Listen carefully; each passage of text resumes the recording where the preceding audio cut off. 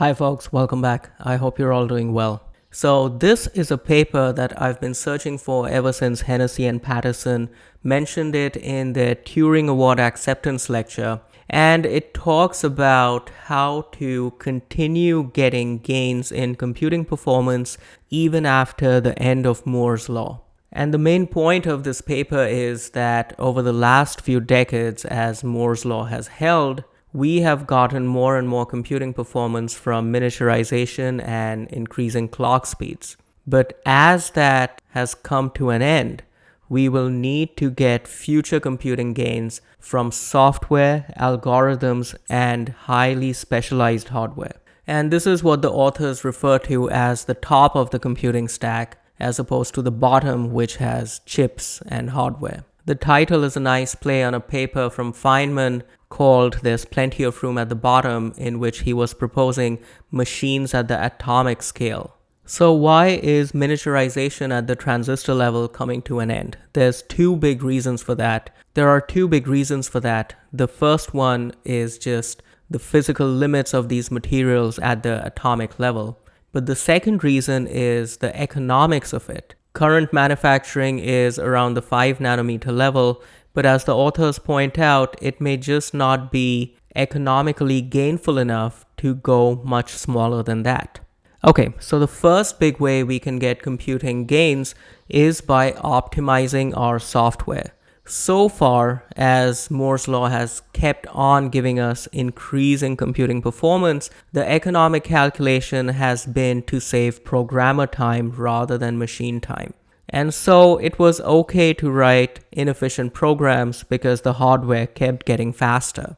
They used this somewhat contrived but still illustrative example of matrix multiplication. If you take the literal definition of matrix multiplication, you can code it up as a very simple nested for loop in Python. But look at this table. This table shows how the performance of that naive matrix multiplication program improves as you start picking more efficient languages. If you just use Java instead of Python, you get a speed up of 11 times. If you then move to C, you get a speed up of 47 times. And then you can keep optimizing this further. You can parallelize the loops. You can even vectorize the way you work over these arrays that represent the matrices. And finally, you could use Intel's specialized AVX instructions, which are tuned for these kinds of vector operations. And if you compound the speedups that you get from all these steps, the final result is something like 60,000 times faster than the initial naive Python program. Of course, these performance gains are not exactly free.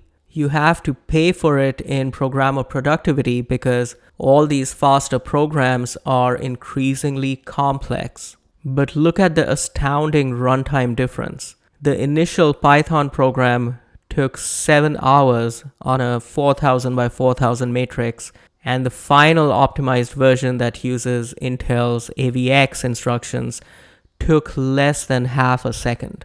And the authors realized that writing these really fast programs that take the best advantage of the underlying hardware can be really complex and time-consuming. And it is an open research problem to figure out how to get these high-performance optimized programs while still maintaining programmer productivity. The second big increase in computing gains will come from better, faster, more efficient algorithms. But algorithm design depends on humans figuring out faster algorithms, and so the advances tend to be uneven and hard to predict. The authors here take the example of the maximum flow algorithm and chart how improvements in this algorithm have sped up solutions to this problem over time. So if you look at these dotted lines, those show the performance of the algorithm without any other improvements. And these step increases show the improvements due to better algorithms. The takeaway from this is that the improvements in algorithms have given about the same amount of computing gains as those you got from Moore's law over the last 4 decades. And the final gain in computing performance will come from better hardware architecture. More specifically, the authors here argue that as Moore's law tops off single-core performance, the way to get better performance is to have a strategy of implementing simpler chips that use fewer transistors, less silicon area, but ones that you can pack more of into a single chip. And when you do this, it allows you to exploit parallelism in your problem area and split that problem across multiple cores. This still recognizes that single core performance has topped off, but fortunately, almost every important problem domain, things like machine learning, graphics, video, image processing, happen to be highly parallelizable. They have an interesting graph to illustrate this. They chart the clock frequency as well as the performance of some spec benchmarks over the last 4 decades. And these green dots are clock frequency. And as you can see, around 2004 is when clock frequency starts tapering off.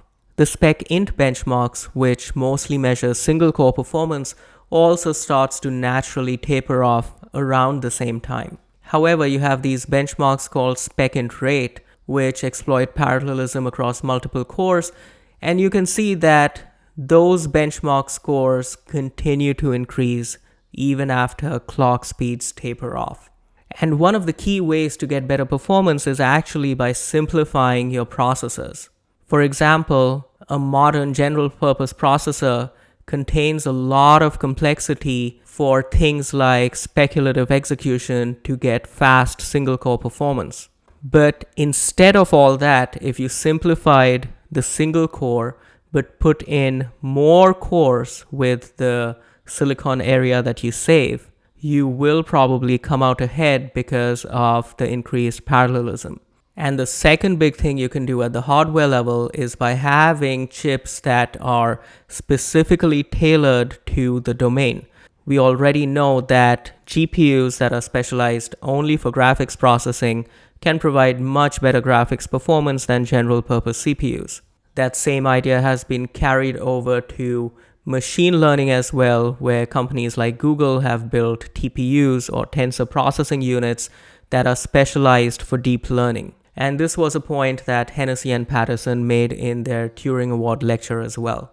So that was a quick look at a paper that talks about how to keep getting better compute performance even after the end of Moore's law, and talked about 3 major ways you can get that. By optimizing your software to get the most out of the hardware it's running on, by improving algorithms, and finally by simplifying the underlying silicon and making it more purpose-built to the domain that it's trying to solve for. I hope you enjoyed that, and I will see you next time. Thank you very much.